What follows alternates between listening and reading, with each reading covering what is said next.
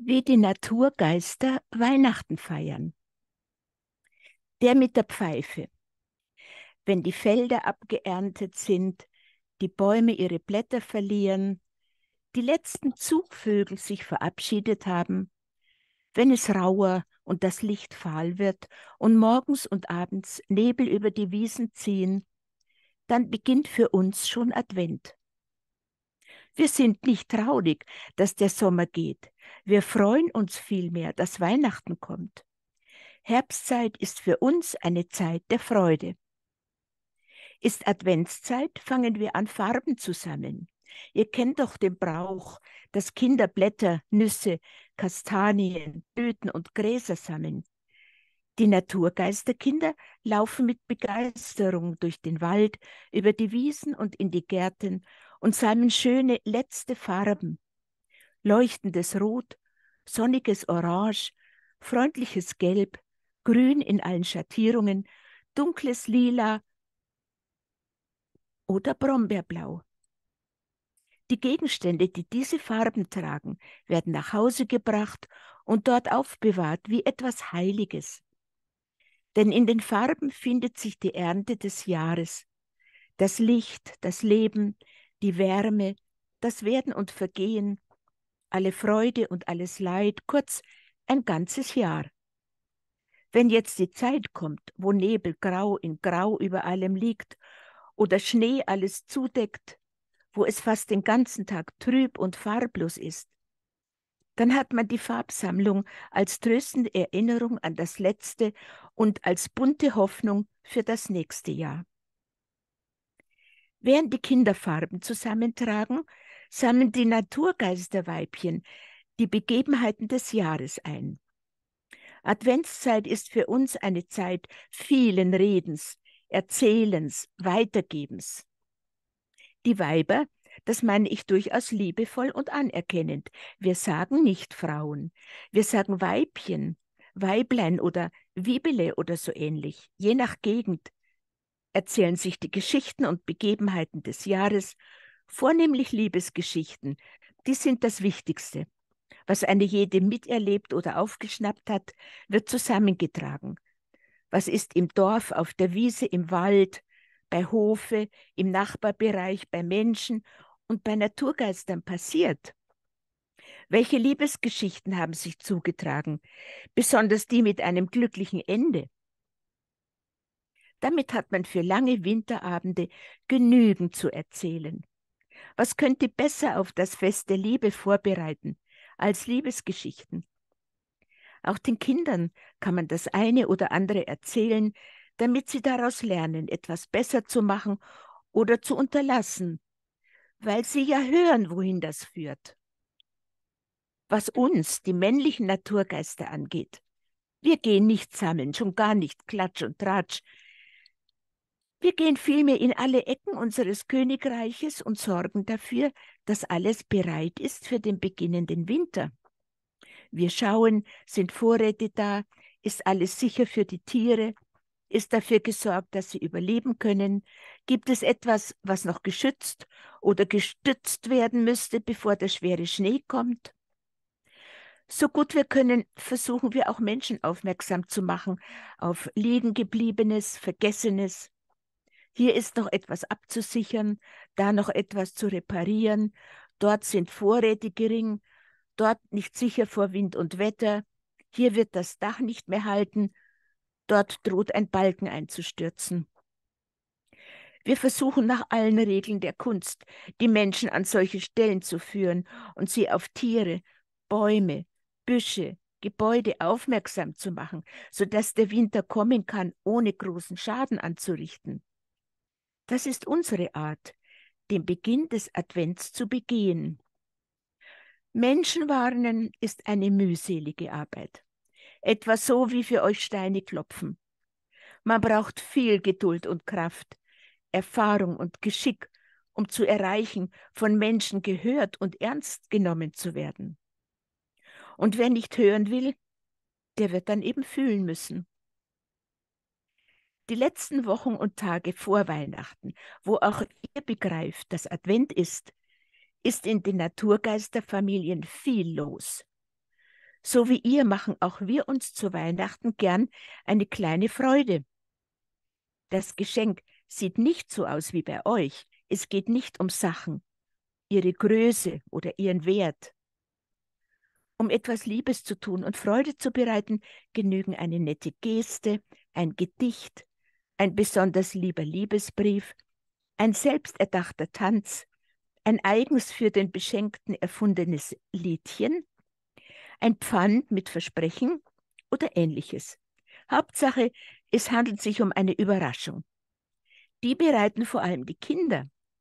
Es ist also nicht so, dass die Eltern den Kindern Sachen schenken, sondern die Kinder denken sich lustige Überraschungen aus für ihre Eltern oder die ganze Familie oder für alle, die in einem Hause oder in einer ganzen Sippe zusammenwohnen. So ist es ja auch in der Heiligen Nacht. Das Kind ist die Hauptperson. Das Kind beschenkt die Welt. So halten wir es auch. Die Naturgeisterweibchen kümmern sich ähnlich wie bei euch darum, dass zum Beispiel Weihnachten das Heim geschmückt ist, dass es so schön, licht, feierlich glänzend und angenehm warm ist. Und jetzt kommt das für euch Interessanteste. Wie gestaltet man bei uns den Weihnachtsabend?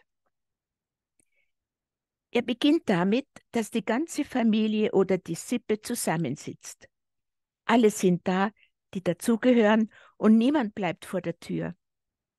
Wer draußen vorbeizieht, auch ein fremder Naturgeist aus einem ganz anderen Königreich, wird eingeladen. Niemand bleibt allein in dieser Nacht, es sei denn, er wünscht es ausdrücklich und lehnt alle Einladungen ab. Wer eingeladen oder hereingebeten wurde, wird nicht wie ein Fremder mit Vorsicht und Misstrauen beäugt oder ausgefragt. Nichts wird vor ihm versteckt oder verschwiegen, sondern er wird behandelt wie ein Mitglied der Familie. So beginnt die heilige Nacht. Die Sippe sitzt zusammen und singt, freut sich, lacht und die Kinder bringen die Überraschungen. Es geht also sehr lustig zu. Für euch fast überschwänglich lustig für euren Weihnachtsabend. Später am Abend verlassen die Familien ihre Wohnstätten und besuchen Tiere, Pflanzen, Häuser, Stallungen, Berge und Seen in ihrem Umkreis, um Licht zu bringen, auch tief ins Gebüsch, in dichte Unterholz hinein, auch unter die Erde, in Höhlen, Schluchten, Ritzen und Spalten. In alle Ecken und Enden des Reiches tragen die Naturgeister ein Licht. Mit Licht ist nicht etwa eine Lampe oder Kerze gemeint, sondern das Licht, also etwa ein hilfreiches Wort, ein guter Wunsch, eine tröstliche Bemerkung, ein lieber Gedanke. Das Licht wird aber so in die Hand genommen, als trüge man ein Kerzchen. Die andere Hand schützend darüber, dass es nicht verloren geht. So wird es in dieser Nacht tatsächlich hell, überall. Jedenfalls, wenn man mit den Augen der Naturgeister schaut. Ihr könnt euch das so vorstellen, wie wenn im Sommer Glühwürmchen unterwegs sind.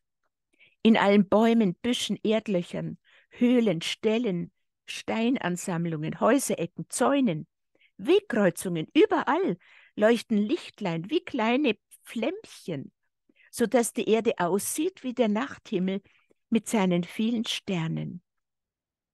So blickt man auf eine Erde, die lauter Lichtpünktchen hat, ganze Milchstraßen, und die davon heller strahlt als der nächtliche Himmel. Wie im Himmel, so auf Erden. Ist es Mitternacht geworden?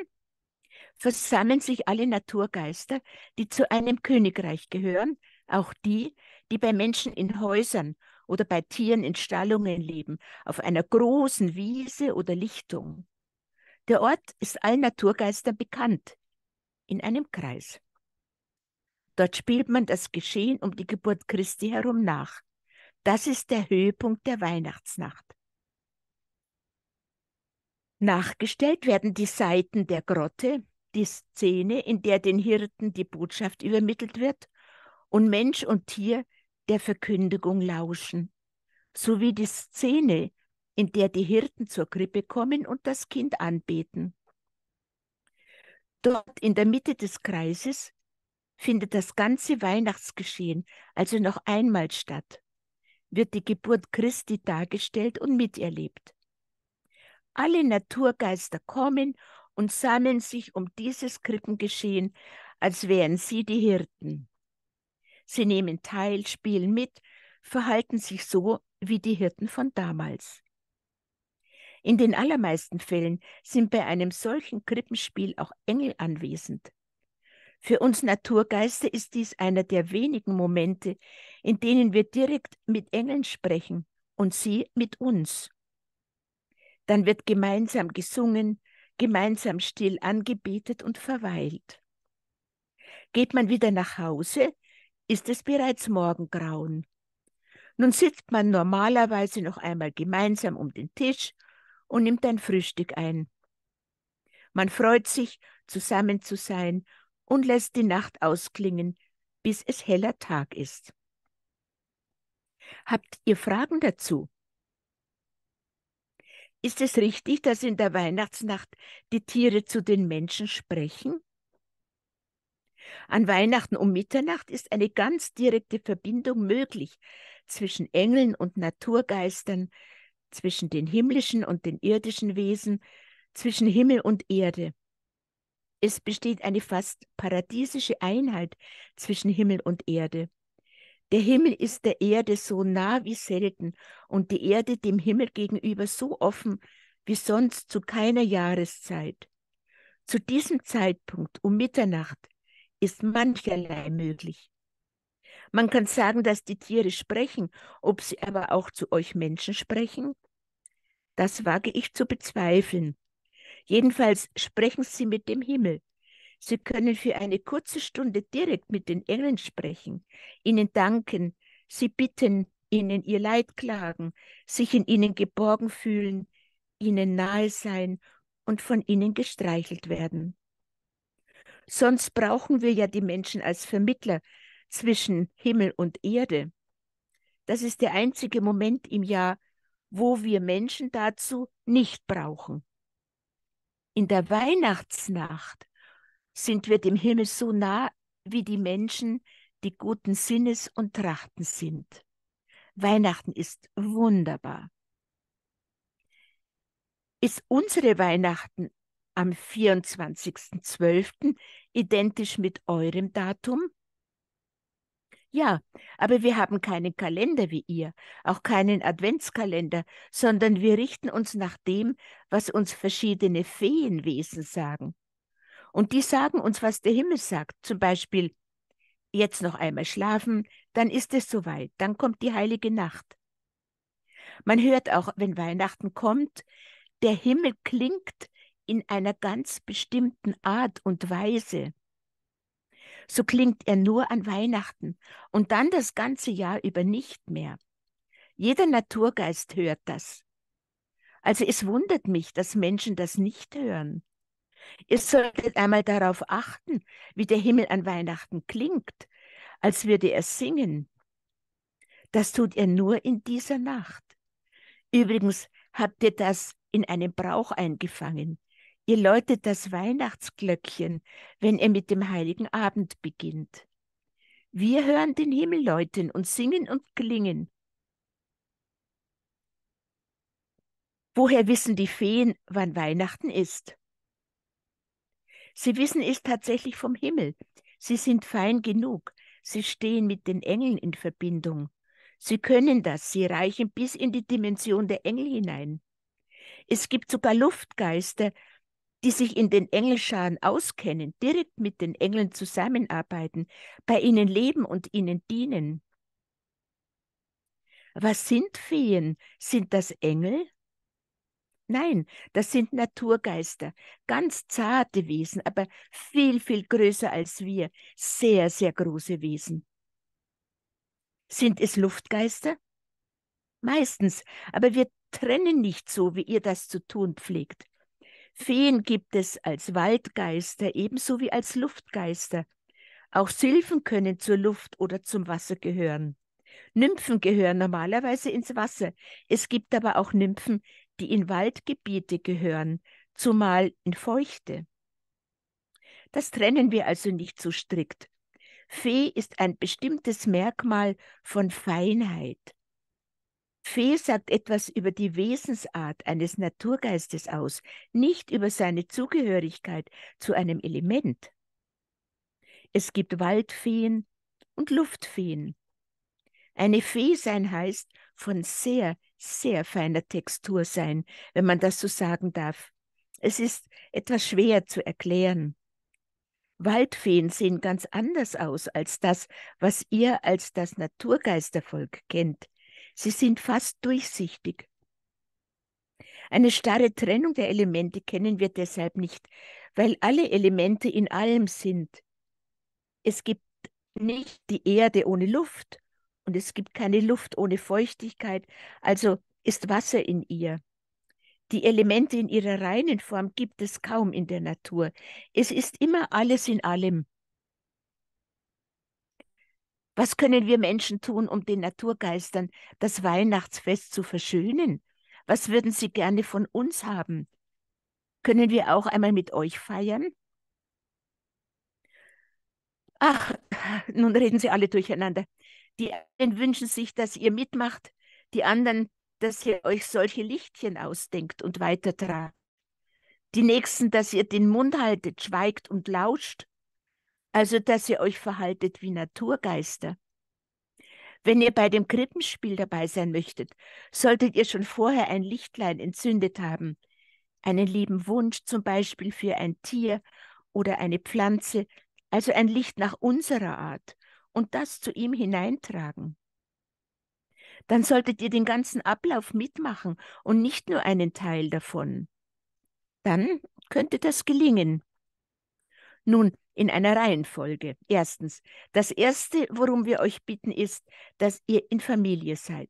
Das heißt, nicht unbedingt, ihr müsstet die Familie im engsten Sinne versammeln, aber nach Möglichkeit beginnt der Weihnachtsabend in der Familie. Und dann, mit wem immer ihr an diesem Abend sprecht, der ist euer Familienmitglied, euer Vater, eure Mutter, euer Bruder, eure Schwester, euer Sohn, eure Tochter oder euer Enkel, je nachdem das Altersverhältnis ist. Jedenfalls gehört er zur Familie. Das ist die weihnachtliche Art und Weise, miteinander umzugehen. Weihnachten ist eine offene Nacht. Der Himmel ist offen, die Augen und Ohren sind offen, die Herzen stehen offen und auch euer Haus sollte offen sein. Gewöhnt euch daran, in dieser Nacht die Türen zu öffnen, das Haus euch selbst zu öffnen für den, dem ihr begegnet. Auch wenn ihr in der Christmette seid, wer neben euch geht oder sitzt, ist heute Abend im Herzen euer Anverwandter.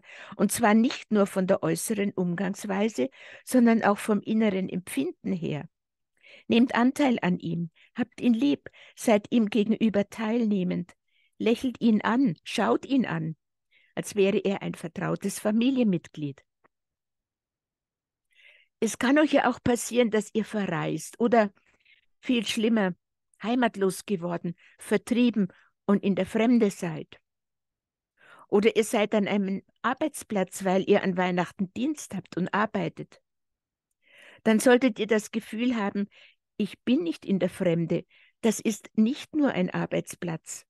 Für heute Abend habe ich Sie alle, die dort mit mir arbeiten oder für die ich zu sorgen habe, von Herzen lieb, als wären sie meine Geschwister. Und wo immer ich gerade bin, da bin ich zu Hause. Ist das euch verständlich? Ist ja auch nicht so kompliziert. Zweitens, macht euch klar, dass das Licht, das auf die Welt kam, jedes Jahr wieder neu in die Welt kommt und dass alle, die davon wissen und dies wollen, mitbeteiligt sind und dafür Sorge tragen sollten, dass dieses Licht in die Welt kommt. Deshalb feiern wir Weihnachten nicht nur zu Hause, sondern gehen hinaus und tragen unser Licht in unsere Umgebung. Wenn wir es nicht tun, wer tut es dann? So sollte jeder denken, der mitmachen möchte. Wenn ich es nicht tue, wer mag es dann tun? Also will ich gehen und ein bisschen Licht in die Welt tragen, einen Wunsch, einen guten Gedanken, ein liebes Wort. Das setzt ihr dann irgendwo hin, zum Beispiel ans Gartentor des Nachbarn, in ein Fenster oder neben euch auf die Kirchenbank, und wer immer dort sitzt, der bekommt es dann. Wenn ihr mit dem Auto fährt, kurbelt an irgendeiner Straßenkreuzung kurz das Fenster hinunter und lasst dort euer kleines Lichtlein fallen. Dort wird es dann leuchten und allen Vorbeikommenden Segen bringen. Es gibt so viele Möglichkeiten. Nutzt sie. Drittens, das nächste wäre dann die Mitternachtsteilnahme, wo das Krippengeschehen nachgespielt wird, auf einer Wiese, auf einer Lichtung, in der Schule, in der Kirche. Nehmt mit ganzem Herzen daran teil. Bei euch zu Hause gibt es vielleicht kein Krippenspiel, zumindest aber eine aufgestellte Krippe. Versammelt euch um dieses Krippengeschehen, nehmt es ernst, denn es lebt in dieser Weihnachtsnacht. Die Krippe, das sind nicht nur hübsch in Bewegung erstarrte Puppen oder Figuren aus Holz oder Wachs oder Ton, sondern sie lebt. Wo immer eine Krippe ist, da ist ein Engel. Und da lebt diese Krippe mindestens einmal in der Weihnachtsnacht um Mitternacht. Wenn ihr euch so verhalten wollt wie wir, dann solltet ihr euch in die Situation der Hirten begeben.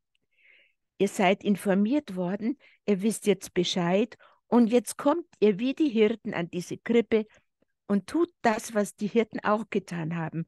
Neigt das Haupt, kniet nieder, staunt, weint vielleicht und verweilt in Anbetung. Wenn ihr das tut und wenn ihr es ernst meint, dann könnt ihr empfinden, sehen und hören, wie das Kind sich regt, atmet, lacht oder weint, wie Maria und Josef lächeln, flüstern, leise singen oder murmeln, auch wie Ochs und Esel im Stroh scharren oder leise schmatzend vor sich hinkäuen, ja sogar wie die vielen Engel anbeten, Lobpreisen und musizieren. Viertens, und dann könnt ihr vielleicht noch einen Gedanken an uns, die Naturgeister, verschwenden und euch klar machen, was wir in diesem Moment erleben, nämlich einen heiligen Moment, in dem der Himmel für uns offen ist, in dem alle Wesen, die guten Willens sind, im Himmel und auf Erden miteinander sprechen und sich verstehen können. Erlebt diesen heiligen Moment des Jahres in unserem Sinne mit. Denkt an die Erde, an alle Tiere und Pflanzen, an alle Gegenden, Gebiete, Länder und Meere, an alle Wesen in und auf und über diese Erde und wünscht ihnen alles Gute auf ihren Wegen, Frieden und Freiheit und himmlischen Segen.